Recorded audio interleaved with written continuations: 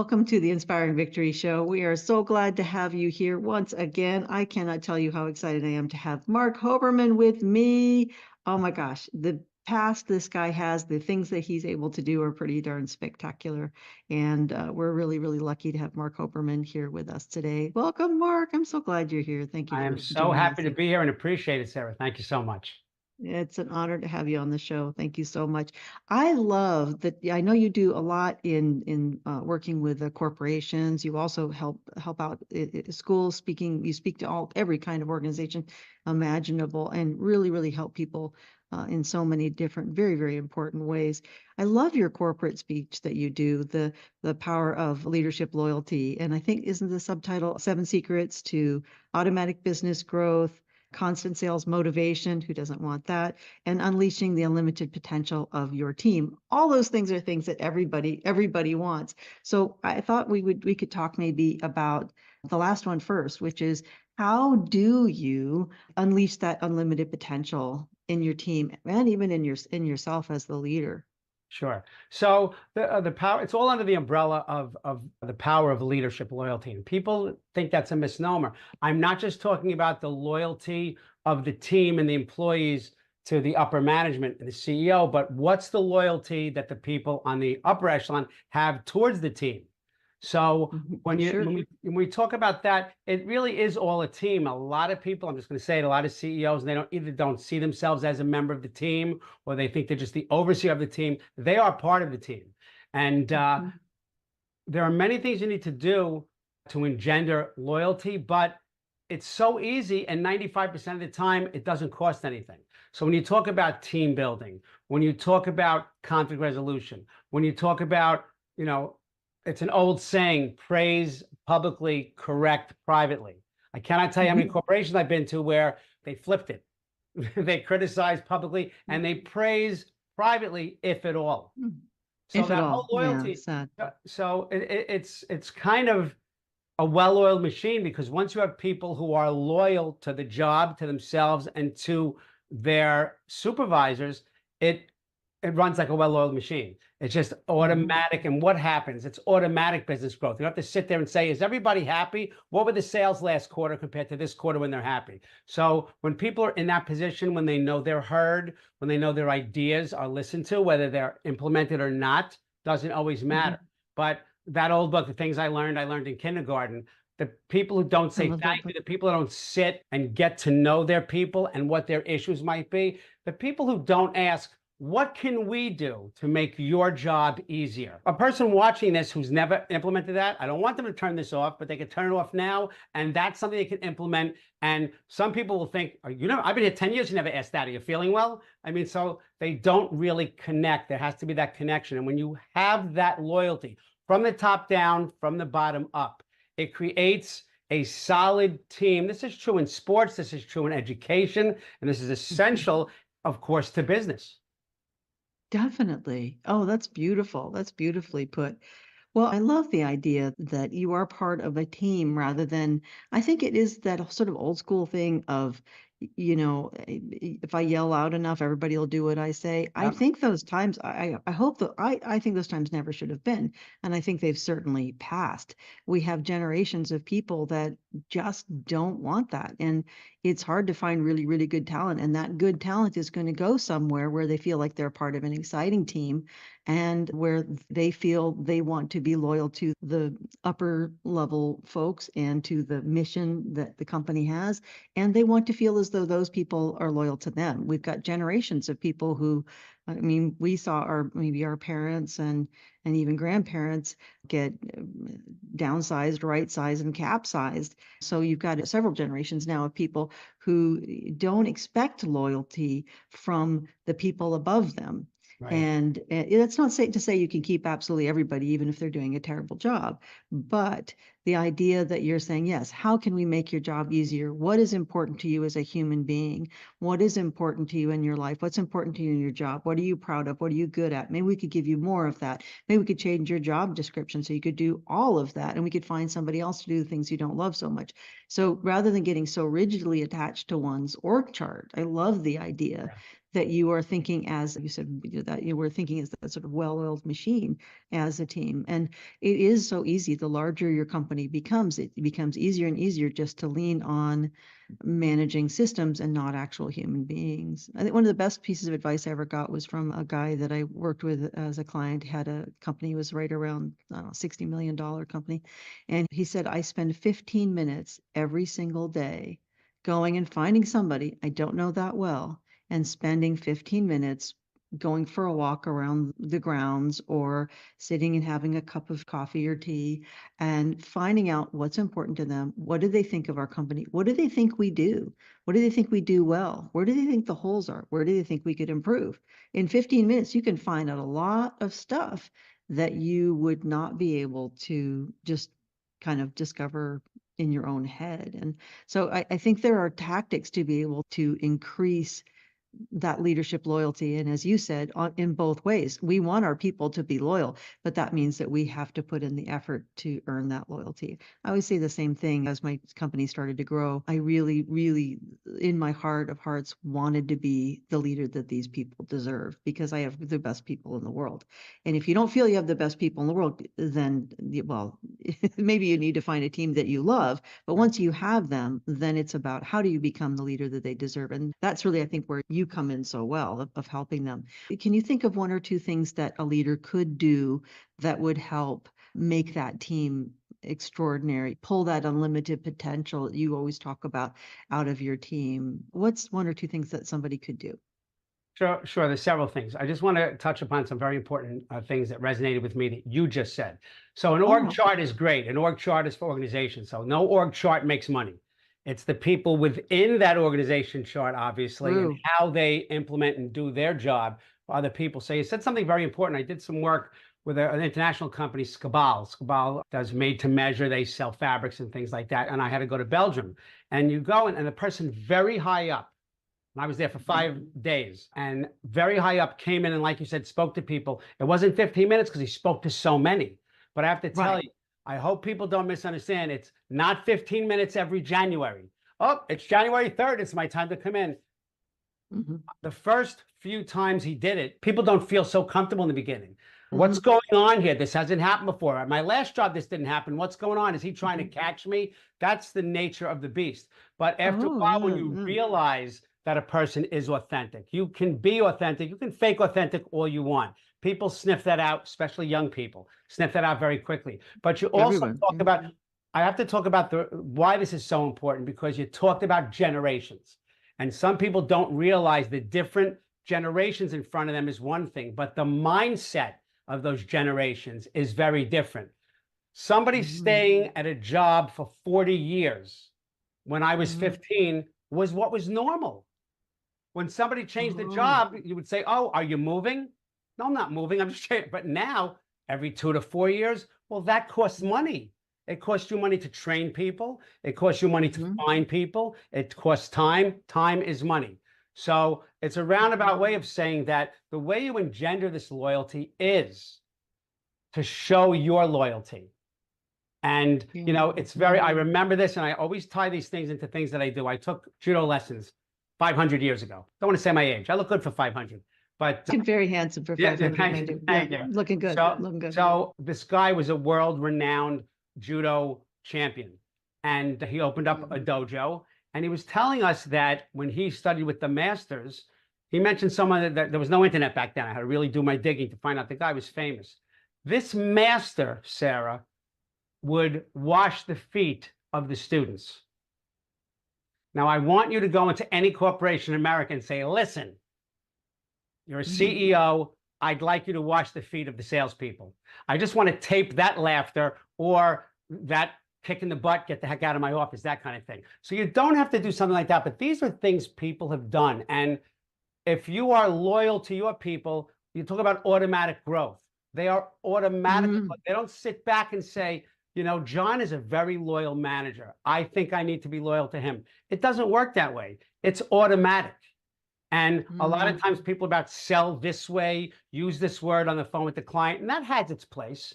Uh, sure. uh, no doubt about it. But the team, as sports has shown us, the team of government, when teams don't work well together, we see it. So many times I present and speak with opposites. Well, don't always focus on what happens if we have this loyalty. Let's first look Mhm. at what happens when you don't. So, first of all, I can talk Mm, about the emotional things, but to the CEO, this is what happens when you don't have loyalty. The withdrawals come out more than the deposits because you have to keep doing your team. Like you said, you love your team, but I know you, and we've spoken a lot, it's not lip service. So, the first mm-mm. thing is to show your loyalty. Now, what does that look like? I'm not going to give away all the secrets. I have 7 secrets of the automatic sales growth, but it's not always, it's intuitive at times, but it's not, you're doing a great job, that kind of thing. A smile hello is like just the start. But truthfully, Mm, if you say to somebody, how can I help you? Like I said earlier, make your job better. The percentage of people who are in the field working, who are mhm. doing the grunt work, who are never asked, how can we make this better? And they're only asked, why aren't you getting more sales? Is staggering and Mhm. frightening. Or why did you make one mistake this year? I mean, rather than saying, wow, 999 wins, congratulations. So Right. I think it is easy to fixate on the things that aren't working, and we all can get that way. But I love that. I love that. And I love the idea of saying to the members of your team, what can I do to make, what can we do? What can I do? What can the team do to make your job easier and better so that we can attain the goals that the company has and the mission that the company has to help as many people as possible? You can't do that unless everybody's engaged. Right. And it seems sort of logical. I remember one time I asked my team, it seemed like a logical question to me. I asked them, is there anything I'm doing that's making your job harder Mhm. that I could do differently? It just kind of, I don't know, I just kind of spit out of my mouth.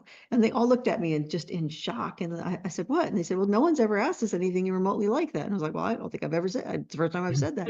But it was actually quite helpful because I found out that, I was doing things that were clogging up the system on several different areas. Were fairly easy for me to change. And so I think it's taking responsibility for managing that relationship and managing everybody's productivity and effectiveness. When we Mhm, talk about potential, you can have 10 people that have mhm, amazing, incredible potential.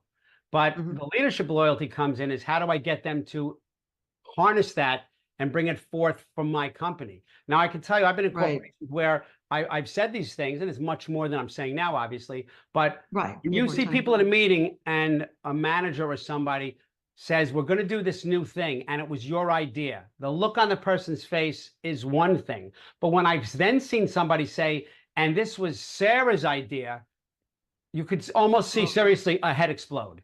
And it's yeah. just They're not not used done. to. So I ask Mhm. you, you're an expert in this, what does that cost? So Yeah, no, I'm with what you. is the I'm with cost of you. that? And they don't do it. Nothing. Some people are hands-on, but I've spoken to CEOs. Look, I work for them as a presenter, but I'm not there every day. So I have a little more Right. leeway. And I say, there is a difference between hands-on and hands choking. And buddy, you're getting real Nice. close to crossing that line. Well, I always say brain surgeons are super smart, but doesn't mean they can do their own brain surgery. We all need Yeah. somebody from the outside to point out things that may not be working so well. And I think that is one of the geniuses that you have is that you can walk in as a consultant or coach or a speaker and say, hey, I think this is not going to work so well for you, and allow people to really, really grow and see. I love the fact that you say these are the things you don't want to do. These are the dangers, and this is what it's going to cost you. Yeah, I read years ago, it was something like 4.5 times as much money to go out and find somebody new and train them as it is to take a good employee that you have and give them the support and the training that they need to be able to continue it. And again, that's not to say that you should keep somebody who's unethical or immoral, or just all around bad person. But if they're good and they're dedicated, they deserve the respect. And like you say, I love that, the loyalty from you that you expect from them. And like you said, people are leaving every 2 or 3 years. If you want to hang on to people, you'd better have some things that make you the place people want to stay. Because you can't just, again, expect them to stay because they want to stay for 40 years, like back when you were 15. Um, And I think that that's really powerful. What are some other things that leaders can do in order to be able to, like, I love that unleashing that unlimited potential. What are some other things that leaders could do to make that happen with their team? Yeah, great question. So I'm very big into evaluations. And when you say that, sometimes people are Mhm. just in one lane. Well, you have to fill this out.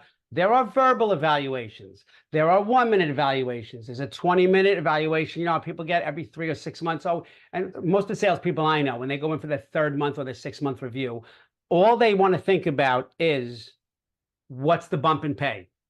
What's the merit pay we're going to talk about? And that's human nature. I have to tell you, I taught for over 30 years, and I thought Right. I was I've trained other teachers, and when they come in to evaluate, we give you an observation education, it's called.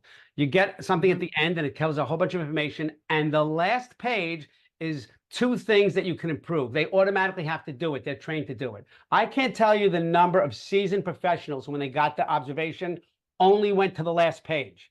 What does this person think they could do better than I do, and that kind of thing. So a lot of people, unfortunately, in the business world, they use evaluations as a gotcha tool. I teach them how to use it as a growth tool. So this is mind-boggling to me. So I say to Mm. them, so how do you evaluate the person? Well, I have a rubric and I have a thing. Okay. And so when do they see it? Oh, they don't see it. I just use it to judge them. I said, so you're judging people on certain expectations you have, and they don't know what those expectations are? Walk me through how that's a good thing. And I have to tell you, 95% of the people I've worked with in any organization, that's the answer they give me. But now when they start to, because if I tell you, you need to be Huh. punctual, you're working with a generation now that thinks that if they're in the building at 9 and their job is 9 to 5, they're on time.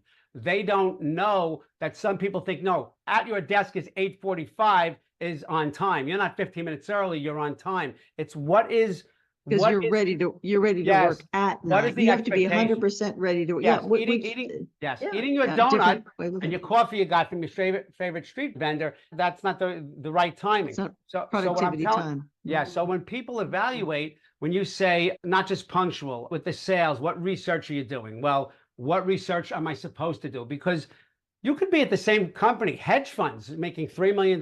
They don't all do things the same way. They have the same level of expectation in the end game. Make as much Mhm, money as you can.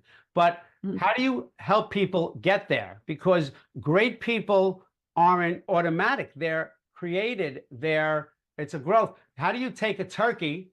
Hey, this guy's a turkey, and turn him into a soaring eagle? And you can't do that mhm. with everybody. But the truth is Right. evaluating and letting your expectations be known, other than the umbrella expectation of do a good job, come on time, and make money. Well, what tools can you give? I'm loyal. If I'm a CEO, I'm going to show you my loyalty. I'm going to give you every tool you need. And I love your thing about what am I doing something to make your job harder. Now, in a lot of companies, they can ask that question. They won't get an honest answer if they haven't Mhm. gotten the buy-in. If it's seen as Mark came in and said, do this, and this, oh, I'm going to do this new thing for a day and see how it works. The first time you say that, they do look at you like, "Oh, good Lord, what does this mean?" Right. And but by the time I said, "Is there anything else I can do to support you? Is there anything I do to make your job easier? Is there anything I'm doing that's making things more difficult that I could change? Is there anything the rest of the team could do that would be really helpful? Is there anybody else that you want to applaud for doing a great job? Anything you're proud of?" By the time they've heard that for the 50th time, they're ready with an answer because they realize, oh, she's not going to say this once and then forget about it for the rest of her life. I mean, those are the things that they're going to hear over and over and over again. But every new employee we have has the same sort of deer in the headlights panic look the first time I ask those questions. And so I've learned to ask it of the rest of the team and let them watch a couple of times. And then they want to be the ones to pitch in. But again, you have to actually care, not pretend to care. Right. That's really what I think that's what you're saying, if I'm Absolutely. reading. Because Yeah. Yeah. unless you're Yeah. Robert De Niro, that act is not going to fly. They It, will see right it, through it. they'll see, well, yeah, unless you're Robert De Niro, and no one, you can't consistently be something that you aren't, and so you have to find a reason to tie to people and care about what matters to them. I think it's, if you think of the people that work for you, attracting them and keeping them the same way as you think of attracting and keeping your customers or your clients, that's when things really start to shift. I didn't start having a lot of employees until I was older, and I already had my business for quite some time.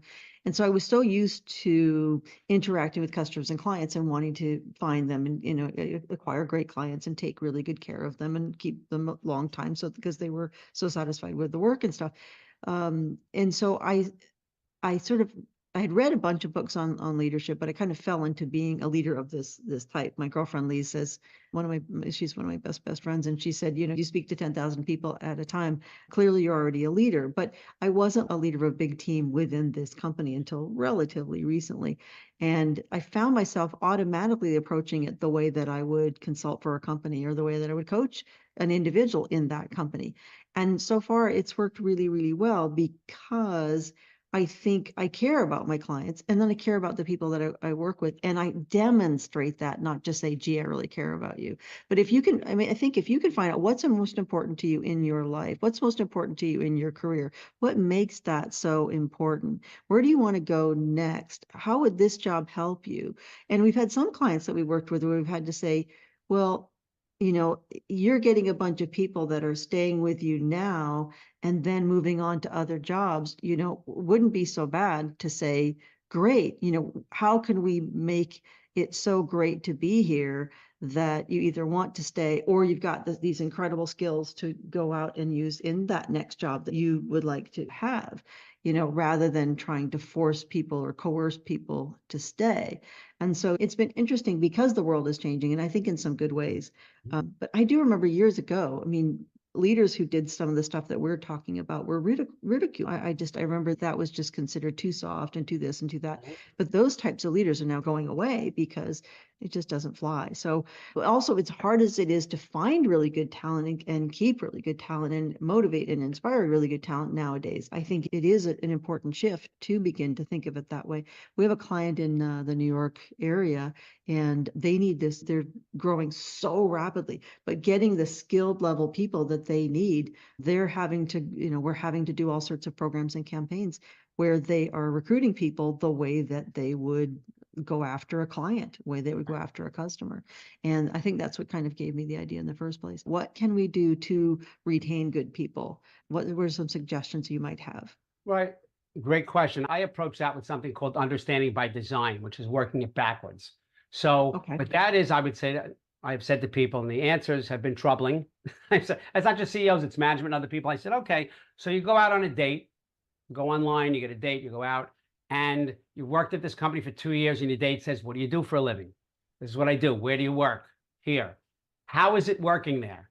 Pretend, I say to the management person, pretend you put a bug under the table and you're recording the whole thing. What is the worker going to say? And the number of times, the answer I get is silence. So I said, wait a second. You don't know what they're going to say about your company, then you are not in touch with your people. So someone says, oh, Mhm. they'd say we're a great place to work. Okay, good. Why? And some of these people higher up can't say why it's a great place to work. And it's almost never, well, we have parties together and we listen and we have brain trust sessions and things like that. So to Oh, get that nice phrase. loyalty, yeah, I want to work it Nice backwards.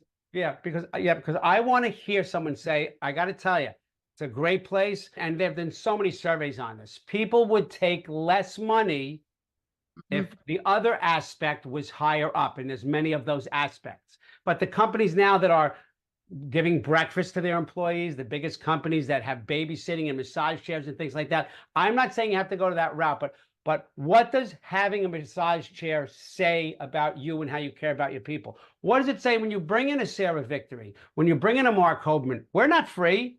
What does it say when you bring in we brought this guy in so we can make more money? Nobody says that. We brought this guy in because we want to hear from you what training you need, and we want somebody to help you perform better to make your job easier. That is automatic loyalty. No one has to say, I want to prove my loyalty to you by bringing in experts. But a lot of people don't know in the end game, if somebody's going to retire, how was your last 7 years working for this company?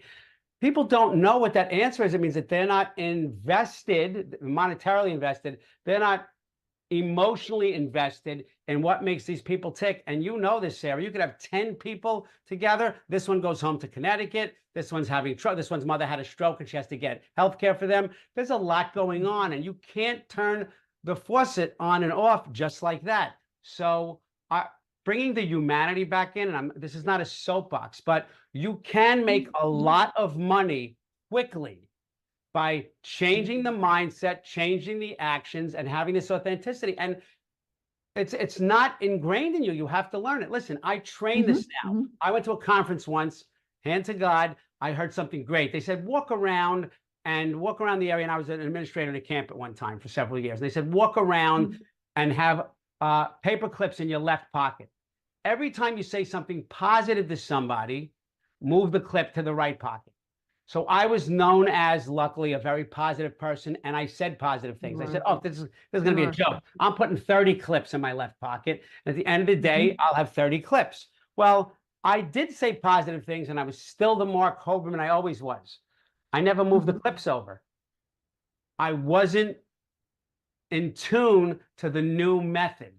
So I was positive anyway, but I want to see, because when I started to do it, one day I saw there was only 6 and I realized it was a negative day and this and that. So you have to think, what did the people think when I approached somebody? If I can't put a positive clip in here, what was that transaction like? You can tell somebody that they're not on time to work without saying you're late all the time and losing money. There's ways of using corporate words, like police use verbal judo. They're not trained to pull a guy out of a car and punch him in the head. No, de-escalate. So Mhm. this Mhm. person's already knows they're not doing the job the way you want them to do it. So Yeah. is that the main theme of your discussion, or is it, what can I do to help you do this? Because sometimes, people have said, why are you late all the time? Well, to be honest, this, and this. Oh, I have an idea. Could be, I'm just making this up. Could be a carpal situation. Could be, oh, I know somebody who could assist you with that. So it's just finding out. Nobody's the same. You could have 10 salespeople selling the same product, reading from the same Mhm. script. But the second someone on the other end asks a question or says something that they're not trained to do, what mode do they go into? Have they been trained properly? Have they been, Mhm. have they talked to other salespeople, the people that I've talked to in cubicles who are next to each other, who don't Mhm. know the job that the other one has. One might be sales, one might be marketing. The people that don't know what a person 5 feet from them is doing is mind-boggling to me. And some of these people, when they do their job, it automatically feeds into my job. There may be a way that they can, again, make each other's jobs a lot easier, more effective, more powerful if they just had a chance to talk to each other. Interesting. And, Interesting. and what's very important is this leadership loyalty. It's Mm. not the goodness of leadership loyalty. It's not to make Mhm. money. It's the power of leadership loyalty. This is a power that is not, I have the power because I'm the boss. It's the power because I have the ability and I'm showing you, I'm walking the walk and talking the talk. I have the power to make you better and make you happier and make you grow in this position. That's where the power comes in. That's really powerful. Yeah, no, I think that's amazing. That's amazing. And I think that would apply whether it's a salesperson or whether it's a frontline worker or somebody who's an executive assistant or somebody who's answering the phones, whatever it is. But I love the idea of saying, okay, if you're out on a date or if you're having coffee with a friend and somebody says, what's the best thing about the place that you work? Or what do you said you like it. What do you like about it? Right. Finding out what they do think are the valuable points, well, what do you guys do for and being able to say, well, what do you do? Answer, what do you do there? I always think, why can't we make from the receptionist to the CEO, everybody and everybody in between, they can all be your salespeople if they know how to talk about things. And if you guys have discussed at all levels, this is how we communicate what we do and the mission of what we do and the value of what we do to other people. So not just from hopefully they're saying nice things about working at your company, but also what I hear underneath that is there's a strategic element to that of figuring out Right. how everybody could help the whole company and how can you compensate that? And people are so quick to compensate with money. I love when you said, what does it cost? Zero. I think that's Mhm. brilliant. But every study in the world says that people will leave a job, make less money to work with somebody they like better, a better manager, a better team, people who are nice to them. I think it's also finding out what motivates people. I discovered that a lot of the people that work at our company are highly motivated to spend time with their families. They Mhm. just, Yes. which is wonderful. They're good family people. I think like attracts like. I like my family very much too. And I found out that birthdays were particularly important. And I said, okay, so if you could take your birthday off or your child's birthday off and you could spend that day with them, would that be super valuable? Well, now we're tying all sorts of initiatives to if we accomplish this by this date, Mhm. guess what? You get to take a day off with one of your, Right. one or two of your children and have their birthday off for if and we'll pay for it. So it doesn't really cost anything because everybody else just kind of covers for that person, but it does. It's a certain amount of productivity. But the productivity you get out of people for the rest of the year when they in our company they automatically get their birthday off to spend with their family. But then you start getting into their kids or their sometimes even grandkids. If that's what motivates them, that's what motivates them. Right. And I think it's so easy for us to think that people are motivated by the things that motivate us. I had one CEO I worked with. He was very motivated by money and numbers and cars and stuff. And I don't think there was a single person that worked below him that cared about any of that. Mhm. And so we really had to shift how we were surveying what they really wanted. And he discovered that he was giving all these bonuses to people for things and they didn't care. They really, really didn't care. They wanted other things that were free or inexpensive to provide. So it's interesting that people think that you have to provide more beanbag chairs and Right. more, yeah, more fancy pool tables or whatever that Mhm. is. It may be a waste of money if you've got a bunch of people. If you think, wow, if I worked here, I'd like that. Mhm. It's a big difference than saying, you work here, what would you like? Here's the budget that we have established. You guys get to pick what's important. And so, yeah, I think it's part of that extraordinary level of communication that you are so good at sharing with people. I think anybody, I love that you were a teacher for so many years, and I think anybody who can engage people at those ages, those school ages, really knows how to engage older people because we're all little kids in grown-up clothes anyway. Absolutely. So, yeah. Yeah. All right. So, is there one bit of advice that you would give to maybe up and coming leaders or up and coming salespeople? Because I know you talk to a lot of salespeople, or somebody who's trying to grow their business. Is there one thing that across the board you think is super important for them, advice for them to have in order to be able to be successful? I think so. I just want to say also, I don't want people to think it's just the top down. So when I talk to salespeople, to other workers, I tell them, now, what's the loyalty you're showing to the upper management and why, and that kind of thing. So I just want to That's throw that nice in there. too. Yeah. Oh So, yeah, no, feel yeah, free to expound on that. That's yeah. an interesting concept. Yeah, because it's always, I didn't do this, and so what are you looking for? So you mentioned my teaching background. I bring some of that into corporate because of learning modalities, because kids don't learn the same way, adults don't learn the Hmm. same way. So when I go in, I sometimes get one of the things, is one of the secrets, it's under one of the pillars, is I Hmm. say, okay, what do you guys want? You want a good manager? Yeah, I'd love to work for a good manager. Good. What does that look like? Oh, he would, no, no, no, no, no. What does that look like? They get a team of four, and I say, I give them markers. Draw me a picture of a good manager. But that's not where the secret is. I say, okay, you two groups of four here, you two groups of four here, draw me a picture of a bad manager. And then it starts to unfold because the good manager is always drawn with a smile and big ears. So I make a joke out of it. I say, are you guys like really bad at art? These ears don't fit this guy's head. Well, they start laughing. No, we want someone who's a good listener. Some people are very artistic, and you start to see who are the leaders within the group. Because some says, I can't draw, but draw a picture of good ears. That's teamwork. I'm the worst artist you ever met, seriously. So I could, if I drew an ear, you would think it was a hockey puck. You wouldn't know. So I'm Me too. telling you that when you start to see, well, then you see leadership and you say, well, that's what a leader is. That's what you've done. You followed. However, the advice I would give is, because some people also drew pictures of a manager leaning into the person at the desk because they're speaking with them. That speaks volumes to more than words can. But this all connects to the answer I want to give you. that you can't be a good leader alone. Who are you leading? So if you aspire to lead, did you take the lead in this exercise where you were helping somebody, telling them what to draw? How about the other one when I do something called the trust circle? Did you say go? I do something called nonverbal communication. Get in a line in order of your birthday. Well, that's a different type of learning modality, but some people don't know that this means May 2nd. But all of a sudden, one of the people, In the US. yeah, yeah, yeah, In yes, you're right. In Europe, it would be Yes, the other way exactly. We just turn it around around. for when I do international.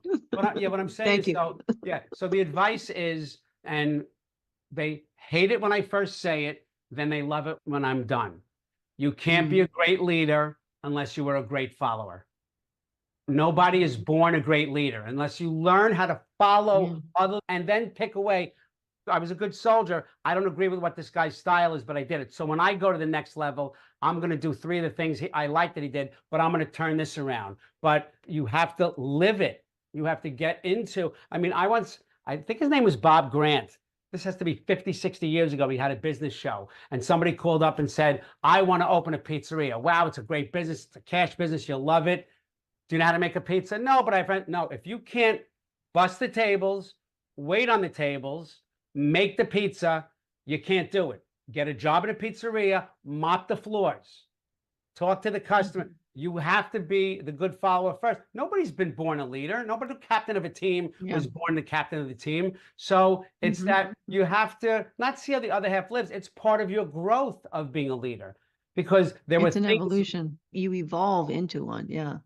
And I think for women, it's sometimes particularly tough because when I was young, there weren't as many Oh, female leaders to look at. oh, Now I mean, look, Mexico now has a first female president. So we're sure. seeing more and more of it. Thank heavens, a lot more diversity in all sorts of things. But if you grew up in a place where you economically or because of your gender or because of your sexuality or whatever, you didn't see people who looked at like you as leaders, it's a negative in the sense that you may not easily see yourself as a leader, but it's a positive in the sense that you may lead in a way that hasn't been done before and that is even better. And I think that's what you teach people to do is Right. find that leader within, find that successful being within you, whether it's a worker or a salesperson or a leader or a student. And you bring that out of them in so many different ways. And I love that you bring things that from education to the rest of the world because there's so much exciting stuff happening in education that most people don't even know about in the way that we get through to people who do learn in different ways and function in different ways. And it's just invisible in the corporate world. So I'm just so happy that you're bringing that where it's most needed. And it allows people to be successful leaders, to be successful and productive teams, to be successful salespeople, and to ultimately be a person they can look in the mirror and smile at and feel some level of success in who they are and what they do. Sure. Well, thank you for being on the show. I really, really appreciate it. You've got your show is very popular. Tell us the name of your show and how people can come and find it and find you. Sure. Life Stories with Marc Hoberman. It's on E360 TV. I have a YouTube channel. I just had Tommy Chong and his wife Shelby from Cheech and Chong. I've had Daniel Gill, who is a champion at American Ninja.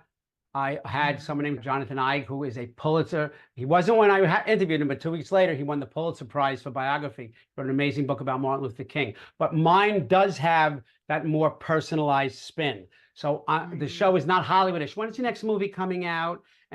Mine is that Yeah. I really delve into the story behind the glory because people only see the glitz and the glamour. And I want to know Yeah. how you had this and what made you overcome. Oh, it wasn't easy. You didn't know to get this. You had to wait tables. You had to do this. It's not just entertainers, it's business people. I had somebody today Mhm. from South Korea who wrote the score for a game called Lies of P. There are Mhm. people from all walks of life, Sarah, and people who watch can really get out of their rut and see that nobody on my show, and I've had names, people know I've had Academy Award winners.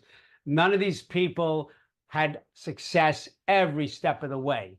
And, it's No just one does. really how they can, No one and does. I can't emphasize this enough. This power of leadership loyalty, you can be your own leader. Start there and then Mhm. spread it out. You can be loyal to yourself and lead yourself, your life, your work life, your private life, your personal life. So it just all falls under that umbrella. And the main word is the power, because you could also call it ownership. So it's the Mm. power, it's not muscle power necessarily, but it's the ability to take this potential. Remember, I said potential is not enough. Can you implement? Can you ferret out that power? So that's what really the Definitely. show is basically about. It's about the people's life stories, how they got where they are, how they continue to hone their craft. I believe that's so powerful. And nobody has an easy road every single moment. It's easy to see somebody who's super successful now and not realize that they probably worked very hard to get there and had lots of problems and difficulties and challenges and may still in some other area of their life you don't see. And it's nice to know that anybody can achieve and everybody has challenges to overcome. And that's part of the human condition. And I think you really highlight that well. Well, it's very inspiring. I know people will tune into your show and love it. And I really appreciate you being on. Thank you so Thank you. much, Mark. Thank you It so much is for having me. so Love the lovely to time see together. you. Thank you so much for your thoughtful questions. I really appreciate it. Thank you again for viewing and for listening here at the Inspiring Victory Show, where we help you double your business, double your impact, and change the world. Please like, subscribe, share, write a comment. It makes a huge difference with how many people we can reach here at the Inspiring Victory Show, and it makes a big difference to me personally. I want to make sure that we're providing content to as many people as we possibly can so they can grow and succeed. So double your business, double your impact, and change the world. And thank you so much for being a part of this extraordinary community. Let's take a moment to thank our sponsor, Marites Bott of Bott and Associates. I'm so honored to get to be with our wonderful sponsor for the Inspiring Victory Show. And I want to make sure you know a little bit more about her and about what they do, because I think it'd be really helpful for all of us as business people and just in our personal lives. Meritus does a lot of speaking, as many of you probably know, but I love one of the speeches that she's famous for, which is A Generous Legacy, the power of future-proofing your business and your personal life. And that's really what you are all about. So I want to talk a little bit about that with you. And can you give us an example of somebody who's come to you and how you were able to help them that might be able to help all of us as we navigate our financial planning as well as our estate planning for business and for personal? Yeah, I'd love to. Well, thank you for having me, Sarah. I appreciate it. We do a lot of estate planning, obviously, as well as the financial planning for our clients. And a story that I think is a great way to showcase what we do is this wonderful couple that we met back in, I want to say 2015. They came in for a consultation. So they are certainly a wonderful couple, blended family. So second marriage for both of them. He has children and she does not. Basically, they were saying to me, Meritus, I really want my estate plan to be secure. I want it to be ironclad so it goes to the right people. Particularly the wife was concerned that this money goes to her charities, which she was very, very active in and volunteers quite a bit. She puts her hard-earned money with them. And she also wants to make sure her husband is taken care of as well. So she wanted to do both objectives at the same time. We were like, of course we can help you with that. We want to make sure that we write everything down and just like you said, make it ironclad so that there's no contest. There's nobody trying to get to the money inappropriately. Right. So we created a wonderful estate plan for them. So that was 2015. Now, sadly, she unexpectedly passed a few years later. And her surviving spouse came to us and he really needed help. He was so, of course, distraught and super, super sad. But he was also very concerned about the financial pieces. He wasn't that familiar with financial instruments. There was 13, 14, 15 accounts that she had. And of course, he was like, I'm confused. What do I do with all of this? So we said, okay, we're going to take care of you. We got this. And we were able to really take a hold of all those instruments and all those accounts. And on our financial side of our business, we were able to consolidate them, invest it in very prudent investments and make sure it's easy for him to manage. So we were able to do that within 3 to 6 months. His late wife's wishes of him being able to live on that money and then eventually at his death give it to her charities is exactly what's going to happen. So wonderful to be able to plan it properly, give her peace of mind. A few years later, we're honoring 100% of her wishes. This money is not going to go to anybody inappropriately. And her beneficiaries, her charities, are going to be so happy to be able to get this money upon his death, because he is still able to live on that income. So I love those stories, because to me, we work so hard. We sacrifice daily, right? We work so hard, and we want to be able to take our money and be able to give it to people that we love, and charities that we believe in. Well, thank you very much for sharing that with us. I always enjoy spending time with you. And yeah, you're one of the people I always find so much value in talking to.